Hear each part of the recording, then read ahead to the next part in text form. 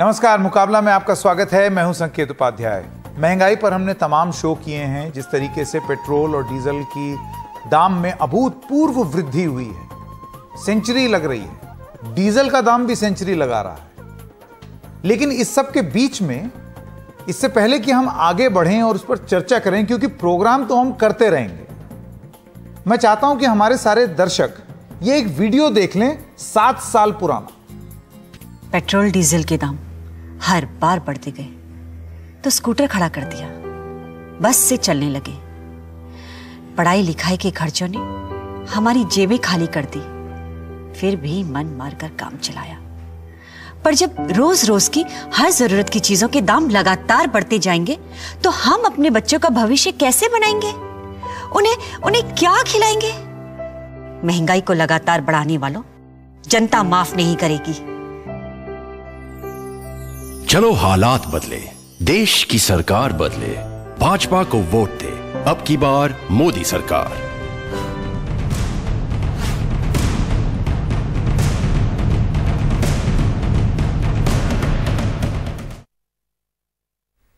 तो ये जो लास्ट वाला आपने ढड़म ढड़म म्यूजिक वाला सुना, ये हम लोगों का हमने जोड़ा है। बीजेपी के कैंपेनिंग मटेरियल 2014 में जब वो विपक्ष में थे, यूपीए 2 को सवाल पूछ रहे थे, बहुत सही कर रहे थे, जनता के दर्द को समझ रहे थे, महंगाई के बारे में बात कर रहे थे, और कैंपेन कहती थी बहुत हुई महंगाई की मार, अब की बार मोदी सरकार। ये नारा लोगों को पसंद आया। जाहिर सी बात है, पसंद आना ही था, क्योंकि महंगाई जो है वो महंगाई की तरह देखी जा रही थी।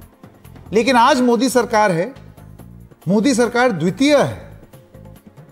ऐसा कैसे है कि 7 साल पहले महंगाई थी और आज महंगाई को इस तरीके से पेश किया जा रहा है कि ये देश के निर्माण में जनता की जन भागीदारी है, कि देखिए देश निर्माण हो रहा है, उसमें आप थोड़ा सा योगदान करिए।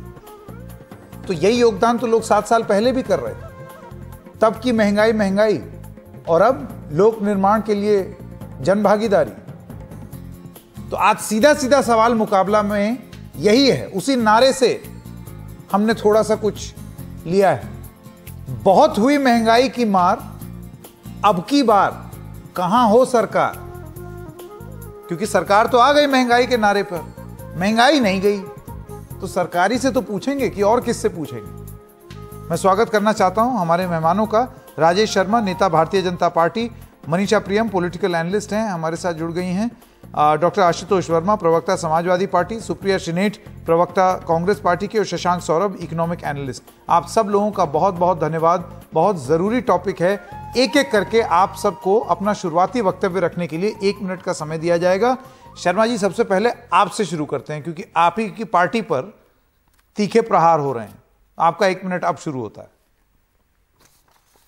देखिए, मैं एक चीज जरूर कहूंगा कि अभी आपका कंज्यूमर प्राइस इंडेक्स 6.3 तक गया है, और 6.3 पे अगर आपका कंज्यूमर प्राइस इंडेक्स है तो बाहर अगर हम दूसरी कंट्रीज को देख ले, डेवलपिंग कंट्री ब्राजील का 8% है, वहीं रसिया का अगर हम डेवलप कंट्री में 6.2% है, इवन यूएस जैसी कंट्री में भी 5% है।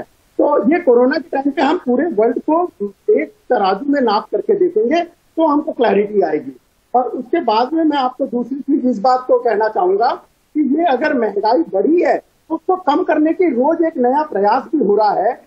हमारा पाम ऑयल को रिड्यूस कर दिया गया है, रिफाइंड पे 41.25 कर दिया है 49.5 से। वैसे क्रूड पाम ऑयल के ऊपर में भी 3.75 से 35.75 से 30.25 कर दिया है। तो इस तरीके से जो उसमें कंट्रोल करा जा सकता है वो करा जा रहा है। लोगों को जो ये परेशानी आ रही है तो उसमें डीए भी हम और पुराना एरियर अभी रिलीज कर रहे हैं। और आज जी राजेश जी आपको आगे भी मौका देंगे। शुरुआती वक्तव्य का समय 1 ही मिनट था। सुप्रिया श्रीनेठ जी, अब मैं आपके पास आना चाहता हूं। पुराना गाना था, सखी सैया तो खूबे कमात है, महंगाई डायन खाए जात है। मैं उसमें थोड़ा संशोधन करके बोलूंगी कि अब ना सैया कमा रहे हैं, ना नौकरी है, ना वेतन है, और महंगाई डायन खाए जात है। इस सरकार के लिए महंगाई डायन से डार्लिंग बन चुकी है। यही सरकार जो ऊंचे दामों की बात करती थी, ये अपने खजाने भरने का काम इन्होंने पिछले 7 साल में किया है। पेट्रोल, डीजल, रसोई गैस, साबुन, तेल, बच्चों के खाने का जो पदार्थ आता है वो, खाने वाले तेल के दाम में 42%, 200 रुपए के ऊपर है खाने वाला तेल आज। कौन मानेगा इनकी बातों को? आप दुनिया भर की बातें कर रहे हैं, चुने तो इस देश के लिए गए थे। 6.3 का झुंझुना ना बजाइए, क्योंकि 6.3 पर ग्रोथ रेट आपकी -10 है, तो रियल रेट ऑफ ग्रोथ और रियल रेट ऑफ इंटरेस्ट बहुत ऊपर हो गया। मेरा अपना मानना यह है कि सरकार कहीं दंभ और उदासीनता में इतनी संवेदन विहीन हो गई है कि उसको लोगों की दिक्कतें दिख ही नहीं रही है। 1 करोड़ रोजगार चल गया, 97% लोग ज्यादा गरीब हो गए, 23 करोड़ लोग गरीबी की सीमा रेखा के नीचे चले गए। इनसे पूछिए इनका दर्द, वो बताएंगे आपको। जी जी जी, आशुतोष वर्मा, आपका 1 मिनट। धन्यवाद संकेत जी। और मैं भारतीय जनता पार्टी की प्रवक्ता की बात भी सुन रहा था। मुझे लग रहा है कि भारत को तो अब इस बार में भारत की जनता को आधार कार्ड की जरूरत ही नहीं रह गई है। अब उन सबको आधार कार्ड की एक जरूरत है, क्योंकि भारतीय जनता पार्टी की सरकारों ने जिस तरीके से सपने दिखाए और जो हालात लेके आ गए हैं, अमेरिका से ये अपने आप को कंपेयर करते हैं, और अमेरिका ने वहां पे कोरोना की बंदी की बात कर रहे हैं, 2,20,000 करोड़ रुपए का आर्थिक पैकेज दिया है, और प्रति व्यक्ति को लगभग $3,000, जो लगभग 2 लाख रुपए के हिसाब से है, उस हिसाब से उन्होंने हर व्यक्ति को दिया है। तो भारत की जनता क्या कर रही है? भारत की जनता राष्ट्र निर्माण कर रही है। तो इस तरीके के ढोंग करके मुझे तो लगता है ये सफाइयां भी दे रहे हैं प्रवक्ता, तो इसमें एक तंज जरूर बड़ा अच्छा लगता है कि सियासत किस हुनरमंदी से सच्चाई छुपाती है, सियासत किस हुनरमंदी से सच्चाई छुपाती है, जैसे सिसकियों का जख्म शहनाई छुपाती है। ये बच्ची चाहती तो है कुछ दिन और माँ को कुछ रखना, ये कपड़े की मदद से अपनी लंबाई छुपाती है। पहले तो सरकारें घबराती थी, अब शर्मा भी नहीं रही हैं। जी जी जी, मनीषा प्रियम, आपका 1 मिनट। देखिए, जहां तक महंगाई का सवाल है, इस बार जो महंगाई देखी जा रही है वो अप्रत्याशित है। इसको केवल इन्फ्लेशन नहीं समझना चाहिए। इन्फ्लेशन का मतलब होता है too much money chasing too few goods.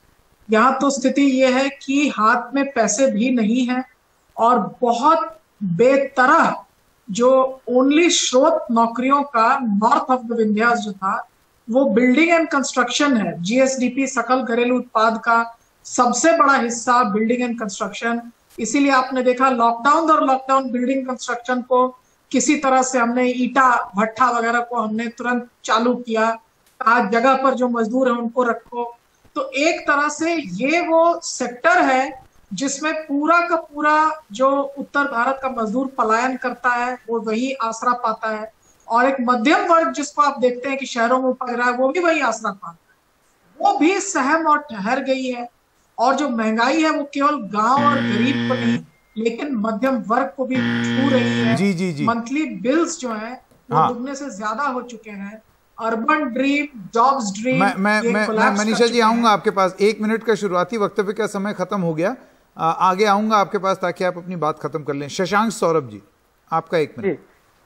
संकेत जी, सबसे पहले तो मैं ये बोलना चाहूंगा कि आप केवल महंगाई को तेल के दाम से कंपेयर मत कीजिए। महंगाई जो इन्फ्लेशन होता है वो एक basket of goods and services पर कंप्यूट होता है।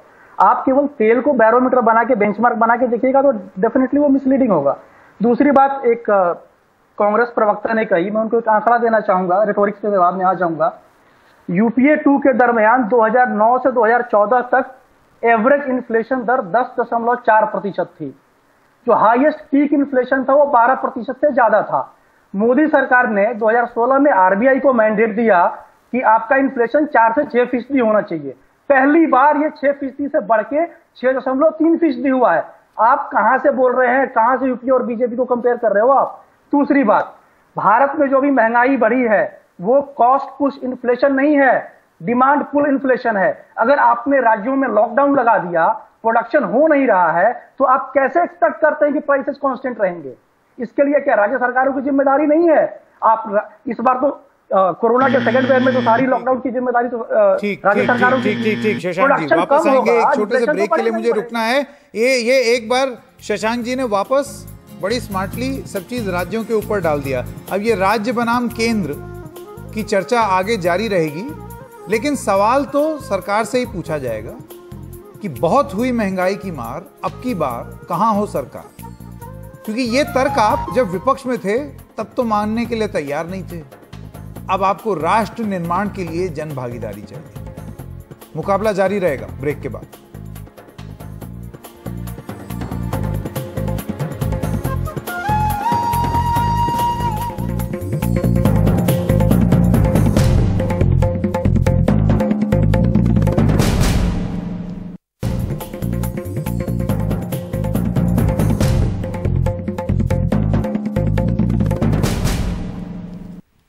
तो मुकाबला के दूसरे भाग में आपका स्वागत है। शर्मा जी, एक बार फिर से आपसे शुरू करते हैं। मैं आपसे ये जानना चाहता हूं कि जो 2014 में वाजिब था वो 2021 क्यों नहीं? अब आप दुनिया जहां के आंकड़े ला करके हमको दिखाएंगे, बताएंगे, हम उस पर विश्लेषण करेंगे, वो सारी चीजें अपने लिए सही हैं, लेकिन वही पार्टी, वही लोग 2014 में कोई और नारा और अब कोई और नारा। अब लोक निर्माण, उस समय महंगाई, अभी भी नारा वही है। ये जनता की चुनी हुई सरकार है, जनता के लिए काम करती है, ये लोगों को फ्री में वैक्सीन देती है, ये 80 करोड़ लोगों को दिवाली तक राशन देती है, ये किसानों के खाते में 45,000 करोड़ रुपया डालती है, ये प्रोक्यूरमेंट किसानों से 20% बढ़ा देती है। ये वही सरकार है जो कि मिल्क प्रोड्यूसर को अगर बहुत थोड़ा सा, वो भी 1.5 साल के 1 साल 10 महीने के बाद 2 रुपए की बढ़ोतरी करती है। ये वही सरकार है जो पेट्रोल की अगर हम बात करते हैं, कांग्रेस का बोलने का कोई हक नहीं है इसमें, क्योंकि सबसे ज्यादा महाराष्ट्र, राजस्थान और पंजाब में टैक्स लगता है, तो उनको बोलने का कोई हक नहीं है। दूसरा, 2010 में ये पेट्रोल के प्राइस को डीरेगुलराइज भी इन्हीं लोगों ने किया था। तो मैं आपको एक चीज और कहूंगा, जब इन लोगों ने 2010 में डीरेगुलराइज किया तो आज कैसे कहते हैं, और 13% इन्हीं के टाइम पे इन्फ्लेशन था, और पिछले महीने का मैं इन्फ्लेशन बताता हूं 5.14 था। अगर आप यही चीज अगर आप अप्रैल के महीने की देखते हैं तो 5% के आसपास मार्च अप्रैल में था, 4.48% ये उससे पहले था। तो सर बेसिकली ये बताऊंगा कि कहीं ना कहीं हम लोगों ने इसको एक कंट्रोल कर रखा है। तो ये बेसिकली, अच्छा, मतलब महंगाई और ज्यादा हो सकती थी? कोई हक नहीं है। हमने महंगाई को बहुत ज्यादा नहीं बढ़ने दिया है, थोड़ी सी महंगाई इसलिए आई है तो चलिए एक इस पे काउंटर ले लें। सुप्रिया शिनेट भाई, आप एक इकोनॉमिक जर्नलिस्ट भी रह चुकी हैं। शर्मा जी जो भी हैं वो, शर्मा जी जो हैं वो भी अर्थशास्त्र के विशेषज्ञ हैं। कोरोना के कारण एक सेकंड शर्मा जी, और ये अगर दूसरी गवर्नमेंट होती तो सप्लाई चेन ब्लॉक हो जाता। भारत के अच्छे रिलेशन दूसरे कंट्री के होने के कारण ये सप्लाई चेन ब्लॉक नहीं, जो अच्छा हुआ है वो ठीक है, लेकिन आप मुझे ये बताइए, आपका ये कहना है, एक तो ये चीज समझ में नहीं आता। एक सेकंड शर्मा जी, हो गया बस एक सेकंड। आपने मुझे ये बोला कि हमने तो कंट्रोल कर लिया, कंट्रोल नहीं किया होता तो और न जाने कितना बिगड़ जाता। अब ये तो कोई पैमाना हुआ ही नहीं, क्योंकि जो चीज हुई नहीं उसके हिसाब से हम कैसे आपके कृतज्ञ और आभारी हूं? सर एक लाइन में सुनिए, सप्लाई चेन थोड़ी डिस्टर्ब हुई है जिससे ये बहुत कम बढ़ा है। आज के दिन 4% इन्फ्लेशन सीपीआई इंडेक्स होना चाहिए नॉर्मली, जो 6% पे गया है। मैं आपके पास आना चाहता हूं। आपने सुना शर्मा जी ने क्या बोला? उन्होंने बहुत सारे तर्क दिए। उनका ये कहना है कि इन्फ्लेशन दर जो है वो बहुत ज्यादा नहीं है। एक सेकंड शर्मा जी, हो गया, अभी आता हूं, एक सेकंड। सुप्रिया, आपने सुना, उन्होंने कहा कि इन्फ्लेशन दर उतना ज्यादा नहीं है, ये वही सरकार है जो कि लोगों को राशन भी दे रही है, ये वही सरकार है जो लोगों को राहत भी दे रही है, अलग अलग तरीके से लोगों तक जो स्कीम्स हैं वो पहुंचा रही है। तो ये ना सोचा जाए कि ये एंटी पीपल है। मैं उनकी बात भी कहूंगी और आपके यहाँ जो विश्लेषक साहब थे उनका नाम मैं नहीं समझ पाई थी, उनकी बात का भी जवाब दूंगी। यूपीए 1 और 2 के बीच में 27 करोड़ लोगों को गरीबी की सीमा रेखा से ऊपर खींचा गया था। आपकी कृपा है कि 23 करोड़ लोग गरीबी की सीमा रेखा के नीचे वापस सरक गए हैं। आपकी कृपा है कि 1 करोड़ रोजगार नष्ट हो गए हैं।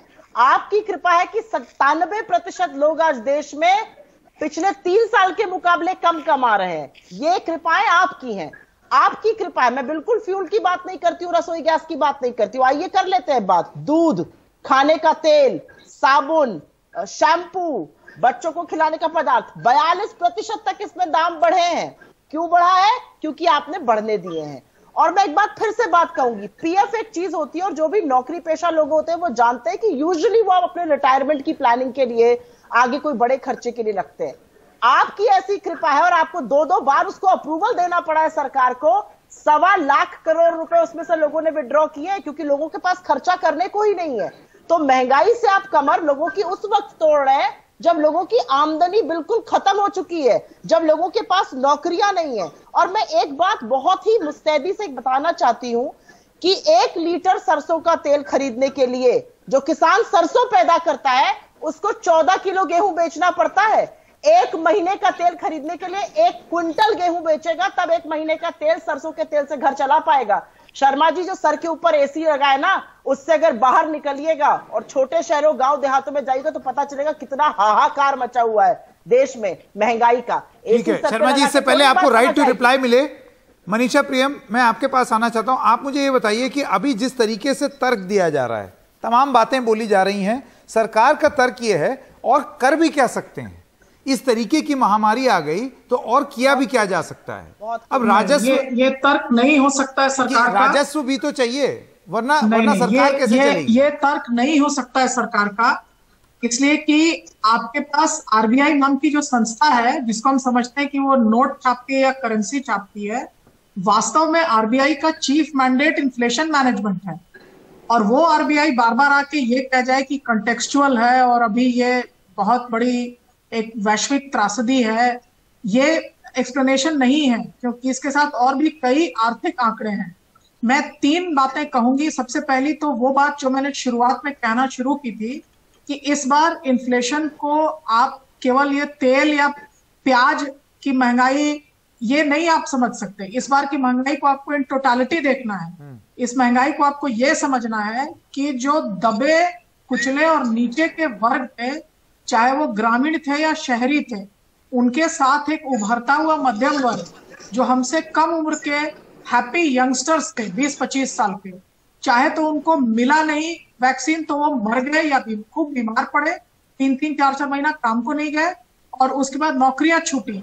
जिनके पास क्रेडिट कार्ड नया आया था, मोबाइल फोन नया था, गाड़ी नई थी, तो एक रिपल इफेक्ट इकोनॉमी में पूरा आने वाला है। और भारत की इकोनॉमी में बढ़त आप हमेशा याद रखिए पाउच और पुड़िया बेच के हुई है, बॉटम ऑफ द पिरामिड से वैल्यू निकाला गया है। सी के प्रहलाद अर्थशास्त्री माने जाते हैं। तो ये बॉटम ऑफ द पिरामिड इस इन्फ्लेशन से गुन चुका है। जितनी महामारी से मृत्यु हुई उससे कहीं ज्यादा घिस घिस के लोग अब इस जो महंगाई है वो व्यापक है, हर चीज में है। हाँ। सरसों के तेल का केवल दाम सूचकांक नहीं है, आप ये समझिए एक औसत परिवार के पास केवल चावल सब्जी खाने के लिए भी महीने में कम से कम 2 से 3 लीटर तेल लगता है। हाँ। वो 2 से 3 लीटर तेल अब एलपीजी कुकिंग सिलेंडर उज्ज्वला योजना का, ये दोनों ही अगर आप मिला लें तो बिना सब्जी चावल दाल जोड़े ही आपका फैमिली बजट जो है वो 1000 रुपये से ऊपर हो जाता है। तो आप ये हमको समझाइए कि नीचे के पिरामिड में जहां रोजाना की दिहाड़ी आप दिल्ली शहर में जाके उन चौकों पे देखिए जहां मजदूर खड़े रहते हैं, तब आपको समझ में आएगा। बताइए शर्मा जी, निराशा से अब मजदूर खड़े भी नहीं। शर्मा जी आपसे पूछ लें, चलिए आपने चावल दे दिया, सब कुछ दे दिया, फ्री दे दिया, इसका क्या करेंगे? संकेत जी एक सेकंड, देखिए मैं आज आपको एक चीज बता रहा हूं कि ये जो कोरोना की महामारी है ये एक बहुत ही बड़ी महाविपत्ति आई है, और इस विपत्ति में इतनी संवेदनशील इस तरह काम करने वाली सरकार है जो सबका ध्यान रख रही है। और सबका ध्यान रखते हुए माने कोई भी ऐसा एरिया नहीं है जिसमें पूरे वर्ल्ड के आंकड़े बता सकते हैं। शर्मा जी एक आंकड़ा बता दो जरा सबको। दूसरी चीज संकेत जी मुझे कंप्लीट करने दीजिए। इंडिया की पहले जो इकोनॉमी थी सिर्फ कंजम्पशन करती थी, उसके बाद में अब वो आजकल कैपिटल फॉर्मेशन करती है। हर चीज की मैन्युफैक्चरिंग डिफेंस से लेकर के हर चीज की इंडिया में होती है। बॉर्डर में रोड्स बनते हैं। अरे शर्मा जी जब डिमांड ही नहीं होगी तो आप सप्लाई करते रहिए। हमारे एक सेकंड शर्मा जी, शर्मा जी जब किसी चीज की डिमांड ही नहीं होगी, हमारे समय 25 है। शर्मा जी एक सेकंड, मेरा आपसे एक में बढ़ोतरी हुई है। मेरी आपसे एक दरख्वास्त है कि आप मेरी बात सुन लें। विकास की तरफ बढ़ रहा है और ये दुनिया जान रही है। मैं आपको अजीम प्रेमजी यूनिवर्सिटी, जल्दी से वो ग्राफिक जरा डालें कि नौकरी का संकट किस तरीके का है। अजीम प्रेमजी यूनिवर्सिटी जो है वो ये क्या है? सुप्रिया जी ये क्या है जो आपने उठाया? भ्रम मत फैलाइए, मैं शर्मा जी को कहना चाह रहा हूं। भ्रम मत फैलाइए। चलिए अभी थोड़ी देर में ये बात करेंगे थोड़ी देर में। एक सेकंड शर्मा जी, अजीम प्रेमजी यूनिवर्सिटी ने जो विश्लेषण किया है वो ये है कि भारत में अप्रैल 2020 में नौकरियां गंवाने वाले 27% लोगों को अप्रैल 2021 तक रोजगार नहीं मिला। इस साल अप्रैल और मई 2 करोड़ से ज्यादा लोग बेरोजगार हुए हैं। कई राज्यों में लॉकडाउन की वजह से नौकरियां गई हैं। दूसरी लहर के दौरान मई में बेरोजगारी दर जो है वो 11.9% है और जून में बेरोजगारी दर थोड़ी घटी है, लेकिन अभी भी 9.17% है। आप मुझे ये बता दें बस शर्मा जी, सिर्फ इतना बता दें कि ये जो दोहरी मार लगी है कि एक तरफ तो उसी काम के लिए या तो मेरी नौकरी चली गई या मेरी आमदनी कम हो गई, लेकिन मेरा खर्चा बढ़ता चला जा रहा है और मेरी सरकार ये कह रही है कि ये राष्ट्र निर्माण के लिए है, इसके अलावा कोई विकल्प ही नहीं था।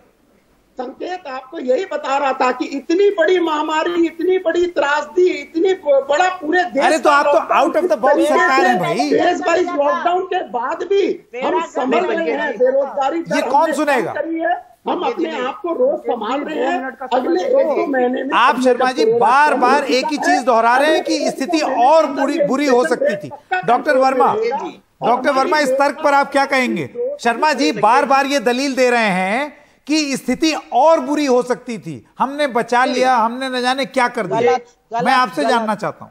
नहीं संकेत जी, मुझे लगता है कि शर्मा जी कोविड के आड़ में फिर से बाजीगरी करने की कोशिश कर रहे हैं और मैं बहुत अच्छी तरीके से उनको बता सकता हूँ कि ये जो परेशानी आर्थिक संबंधी, राजेश जी सुनिए, शर्मा जी सुनिए, भारतीय जनता पार्टी की गलत नीतियों की वजह से हम लोग यहाँ पे स्थिति है और वो गलत नीतियां इनकी हैं। नोटबंदी के बाद क्या स्थिति हुई, जीएसटी के बाद देख लीजिए, एफडीआई में देख लीजिए, लगभग 3600 ऐसे उत्पाद शुल्क पे इन्होंने उत्पादों पे आयात शुल्क बढ़ा दिया है।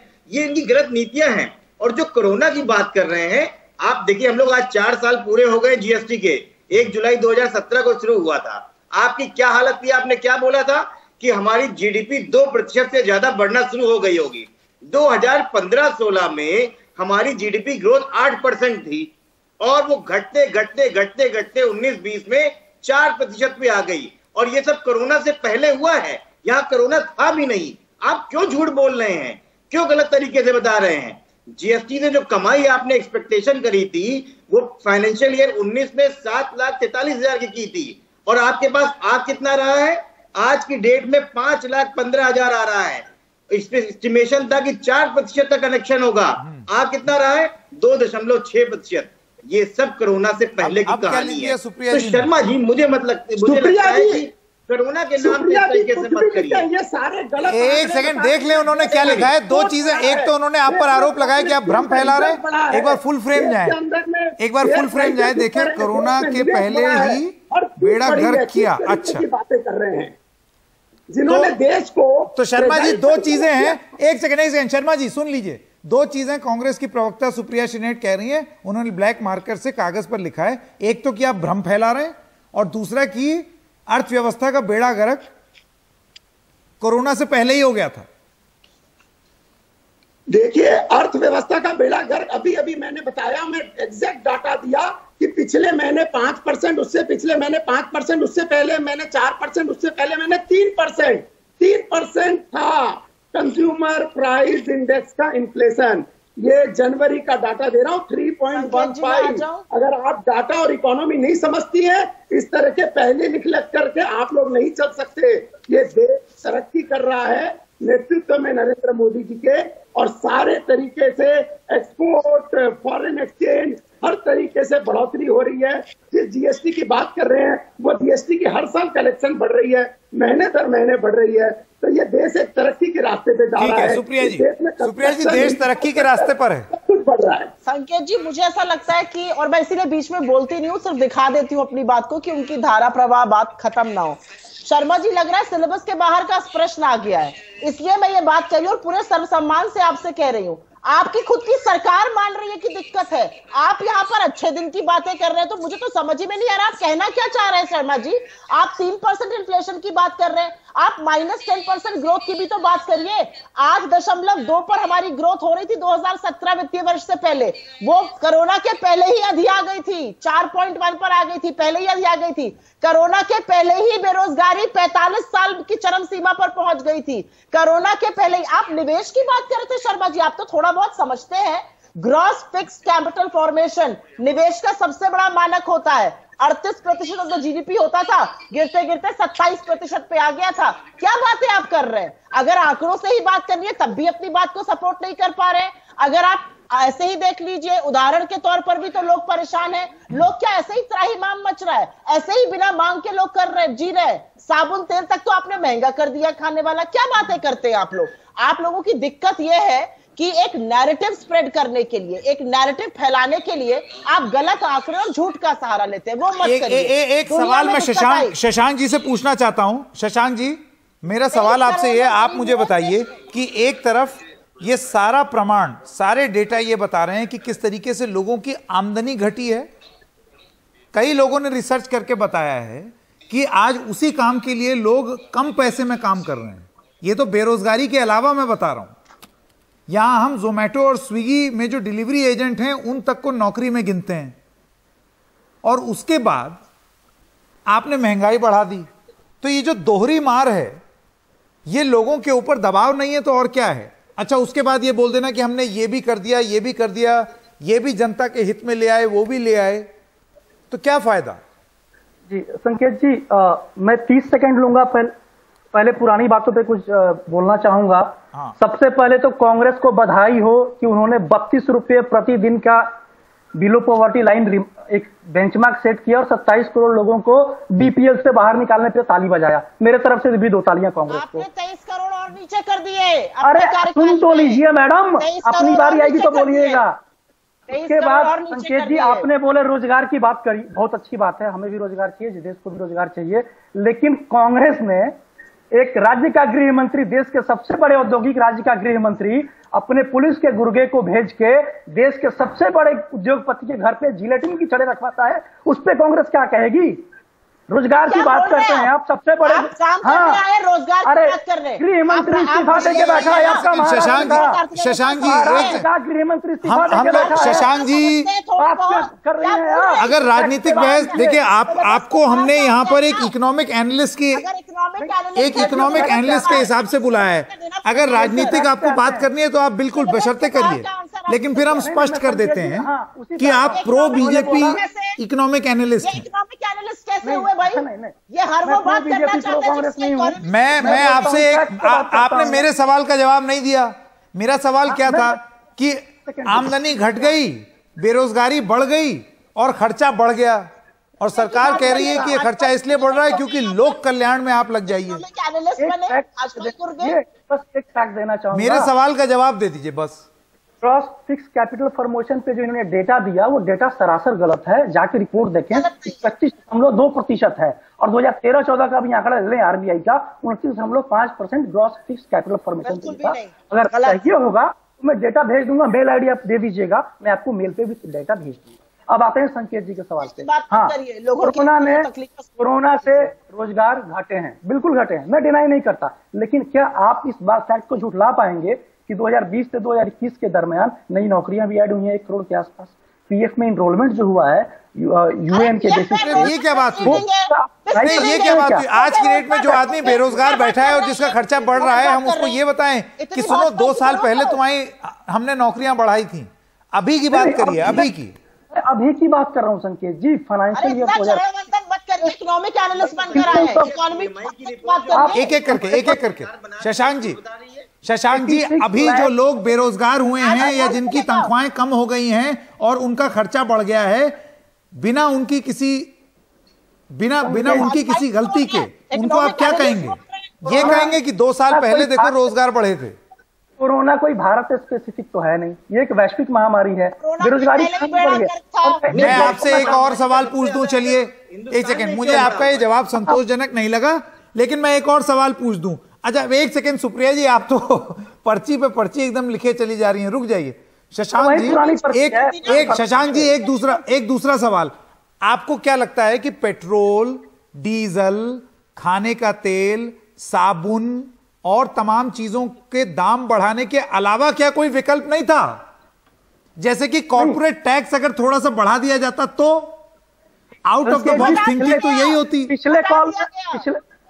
पिछले हमारी जो चर्चा हुई थी आपके चैनल पे, उस पर भी मैंने बोला था कि कॉर्पोरेट टैक्स जो घटाया गया 30% से 22% किया गया, थोड़ा सा उसमें सोचने की जरूरत है अभी के दरमियान। कॉर्पोरेट डिविडेंड टैक्स जो एबॉलिश किया गया उस पर एक सोचने की जरूरत है। हाँ, लेकिन आउटराइटली को ये रिजेक्ट कर दे कि कॉर्पोरेट टैक्स घटाना गलत था, उस समय के अनुसार वो बिल्कुल सही था, क्योंकि भारत को एक ग्लोबल इकोनॉमी। मैं अभी की बात कर रहा हूं, आप मुझे आउट ऑफ द बॉक्स, आज की रेट में आप भी बिल्कुल वही कर रहे हैं जो कांग्रेस 2014-13 में कर रही थी। हम घूम के फिर वहीं आ गए। मनीषा जी, मैं आपके पास आना चाहता हूं, राजेश जी आऊंगा। मनीषा जी, आप मुझे बताइए कि out of the box thinking होनी चाहिए थी कि नहीं? नरेंद्र मोदी से यही उम्मीद थी भाई, जिस तरीके की उनकी गवर्नेंस है, जो उनका स्टाइल है, उनसे आदमी ये उम्मीद रखता है कि वो कोई आउट ऑफ द बॉक्स फैसला लेंगे। लेकिन जब आप पेट्रोल, डीजल, खाने का तेल, आपका प्रश्न यदि खत्म हो तो मैं उत्तर दूं। हाँ, 2014 में जब नरेंद्र मोदी जी को चुना गया तो खास करके अर्बन स्लम एरियाज में कुछ इंटरव्यूज मैंने किए जम के, और वाल्मीकि कम्युनिटी में उन्होंने कहा कि ये कुछ कर दिखाएंगे मोदी जी। और सबसे बड़ी जो बात उन्होंने कही वो ये थी कि एम्प्लॉयमेंट के लिए, नौकरी के लिए, और दूसरा कि इन्फ्लेशन के लिए। उन्होंने कहा कभी चावल चटनी खाते हैं, दालें तो थाली से बिल्कुल गायब है, और केवल एक कमोडिटी का प्राइस था, दाल का प्राइस, जो कांग्रेस के लिए उस समय बिल्कुल गले में भारी पड़ा था। तो मैं ये मानती हूं कि बहुत सॉलिड इकोनॉमिक टारगेटिंग थी मोदी के उस प्रचार की। 2014 में अच्छे दिन का प्रचार केवल गोल्डन इंडिया का प्रचार नहीं था, ये एक कुछ सब्सटैंटिव चीजें देना चाहता था, खास करके गरीब वर्ग को। और मैं आपको बार बार यही समझाने की चेष्टा कर रही हूँ, मैं लंबी हो जाती हूँ, मेरे शब्द लंबे हो जाते हैं, नहीं तो आप ये समझने की कोशिश कीजिए कि ये इन्फ्लेशन केवल दाल और तेल के बारे में नहीं है। ये इन्फ्लेशन अब जीने और मरने के बीच में संवाद है। मनुष्य कोरोना से भी वही संवाद कर रहा है और रोज खाना खाने वक्त भी यही संवाद कर रहा है। और ये केवल शहरी या ग्रामीण गरीब नहीं है, बड़ा तबका मध्यम वर्ग का भी है। तो मैं किसी दलदल के दलदल में नहीं, लेकिन भाजपा से यह सवाल पूछना तो वाजिब मेरा बनता है कि जो पार्टी बिल्कुल इन्फ्लेशन पर सही टारगेट करके यूपीए को और करप्शन पर गिराई ढाई और कांग्रेस के पूरे तंत्र को तोड़ के, मायावती के पूरे तंत्र को तोड़ के दलितों का भी वोट ले आई, आज अगर महंगाई यहाँ रहेगी और खाने को जुरंता नहीं होगा तो आप क्या कहना चाहते हैं? कि आंकड़े ये बता रहे हैं कि बहुत एम्प्लॉयमेंट है और बहुत पैसा है लोगों के हाथ में? नहीं है। और आपके पास इन सब के अलावा भारत का वैश्विक वो होने के चलते ना ग्लोबल ट्रेड में बहुत बड़े हम पार्ट है, और ना हम दे रहे हैं ना हम खरीद पा रहे हैं। तो एक तरह से ग्लोबल मार्क ट्रेड की अलग आ रही है। जो करेंसी में हम एक्सपोर्ट कर पाते थे अब सस्ते कपड़े बना के, ना हम वैल्यू चेन से निकल गए। तो जो कुछ एक्सपोर्ट से जो एम्प्लॉयमेंट जनरेशन होता था वो भी थमा और ठहरा, जो हम कर सकते थे उसमें भी हम चूके। और कौन से आंकड़े आप दिखाएंगे? वो हर आंकड़े हम दिखाएंगे और आपको बताएंगे कि कहीं ना कहीं कोई मजबूरी तो थी। और क्या हमारा देश एक ही कर सकता है काम गरीब के लिए कि ये लो मिट्टी, उसको थापो, उसका ईंटा बनाओ। मिट्टी का ईंटा एक रेक्टेंगुलर ब्लॉक है और गॉड से 21st century India, golden India, उसकी नींव भारत का सबसे बड़ा गरीब कृषि से पलायन करके और मिट्टी थाप थाप के ईंटा बनाए। ये सीढ़ी, ये रास्ता गरीबों को कहीं नहीं ले जाना। बिल्कुल, बिल्कुल। आप मेरे पास समय खत्म हो गया है। आप सभी लोगों को एक छोटे से ब्रेक के लिए मुझे रुकना पड़ेगा। देखिए, सीधी सी बात है, अगर आज की डेट में देश की केंद्र सरकार ये बोले कि राज्य जिम्मेदार हैं, उनसे सवाल पूछो, इतनी बड़ी कोरोना महामारी थी, हम क्या करते? नहीं, सवाल आप ही से पूछे जाएंगे, क्योंकि सरकार हैं आप भाई। चाहे कोरोना आया हो या कुछ आया हो, वो सब लोग समझ रहे हैं। लेकिन क्या आदमी, बेरोजगार आदमी खर्चे पे खर्चा करता चला जाए? कहां जाए? आप इंसानों के बारे में बात कर रहे हैं, तो सवाल भी सरकार से ही पूछा जाएगा। और एक मर्तबा फिर से वो सवाल स्क्रीन पर डाल देते हैं ताकि सरकार सुन ले। बहुत हुई महंगाई की मार, अब की बार कहां हो सरकार? एक छोटे से ब्रेक के बाद मुकाबला जारी रहेगा।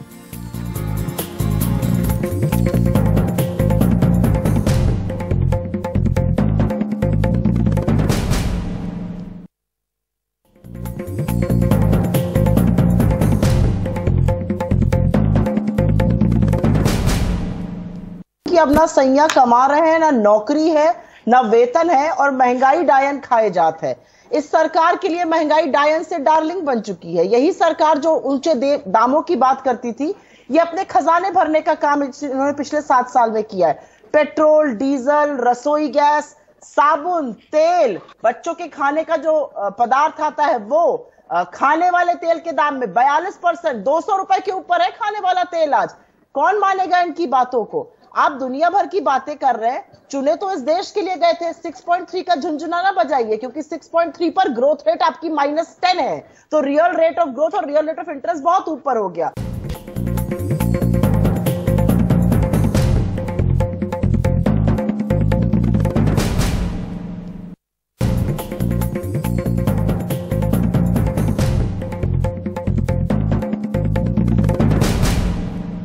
लोगों ने 2010 में डीरेगुलराइज किया, तो आज कैसे कहते हैं? और 13% इन्हीं के टाइम पे इन्फ्लेशन था, और पिछले महीने का मैं इन्फ्लेशन बताता हूं 5.14 था। अगर आप यही चीज अगर आप अप्रैल के महीने की देखते हैं तो 5% के आसपास मार्च अप्रैल में था, 4.48% ये उससे पहले था। तो सर बेसिकली ये बताऊंगा कि कहीं ना कहीं हम लोगों ने इसको एक कंट्रोल कर रखा है। तो ये बेसिकली, अच्छा, मतलब महंगाई और ज्यादा हो सकती थी? कोई हक नहीं है। हमने महंगाई को बहुत ज्यादा नहीं बढ़ने दिया।